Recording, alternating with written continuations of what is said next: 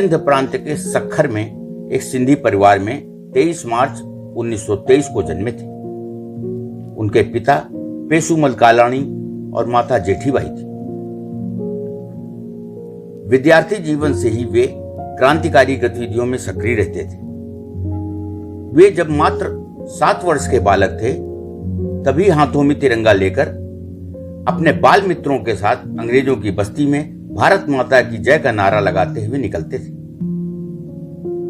1942 में 19 वर्ष की तरुण क्रांतिकारी ने अपने साथियों के साथ अंग्रेजों भारत छोड़ो का नारा लगाते हुए सिंध प्रांत में तहलका मचा दिया था।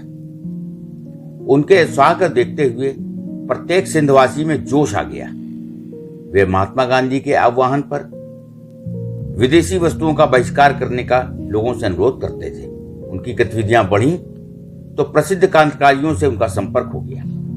शीघ्र ही वे सक्रिय क्रांतिकारी गतिविधियों में शामिल हो गए और अंग्रेजी हुकूमत को उखाड़ फेंकने के संकल्प के साथ स्वतंत्रता आंदोलन में पूरी तरह से कूद पड़े।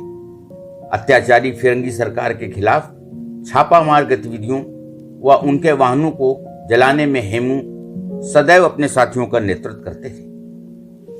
अक्टूबर 1942 में हेमू को जानकारी मिली कि अंग्रेजों की एक ट्रेन जिसमें क्रांतिकारियों का दमन करने के लिए हथियार और खूंखार अंग्रेज अफसरों का दस्ता था निकल रही है। बस फिर क्या था,